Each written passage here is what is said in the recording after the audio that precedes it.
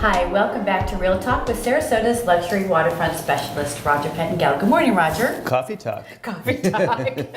You know, in the past on Real Talk, we've talked about housing prices and how you come to the conclusion and where to position a house, but the market changes constantly, and sometimes houses are coming on for the first time or the second time, so I thought we'd talk a little bit about your methodology. And then there's Zillow, Zillow. that everybody is like, my home is worth, 10 million because Zillow says so, which may or may not be good because maybe it's worth 7, maybe it's worth 12. Right. So I'll just touch base on the Zillow real quick.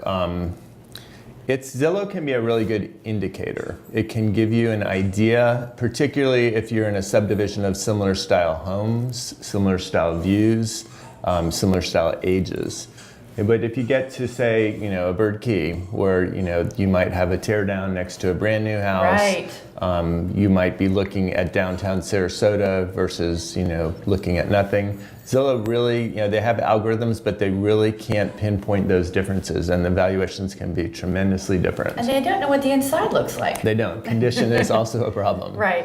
The one thing I like about Zillow, I think they have great maps. So I like to look at those sometimes, and they have a great listing history, which is something that a typical consumer doesn't have access to. Like, we can see it through the multiple listing, right. But a consumer can see every price change, every time it was bought or sold. They do a really good job with that.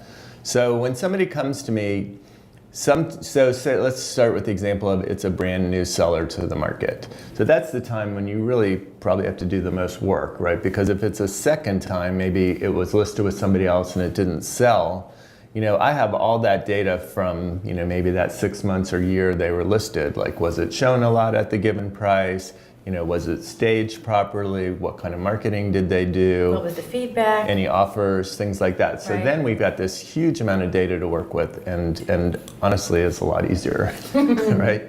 But when you're starting fresh, you really want to hit that price right in the beginning, because that 30 to 60 days, in a probably more active, say like a New York or Toronto market, it's 30 days. But our market, moves a little bit slower for sure. So I'll say 30 to 60 days. That's the time you want to get your offer, because the longer something sits on the market in a strong market, people think there's something wrong with it, or that there's just not a market motivation to buy it. So it doesn't give them any sense of urgency. So our key is to really try to get the highest price, but to price it as close to the market so that we can get those offers right in the beginning. So for that, we're clearly looking to comparable sales, condition, what the market's like. I don't focus a lot on price per square foot unless it's somebody that's buying a lot and bringing in a builder to build there. That price per square foot also doesn't ever take into consideration things like views or condition. So there's a lot of moving pieces, but you really just can't rely on the market information that's out there. And a thing like the tax records, people will say, well, the property appraiser says it's worth this, right. Or the Zillow says it's worth that. And that's one of the things I think is always going to keep a realtor as an important part of the transaction, because it's market knowledge that really is important in that pricing. Yeah. If you're thinking of selling but like a personal home valuation, we'd love to hear from you. 941-387-1840. Thanks so much for joining us on Real Talk. See you next week.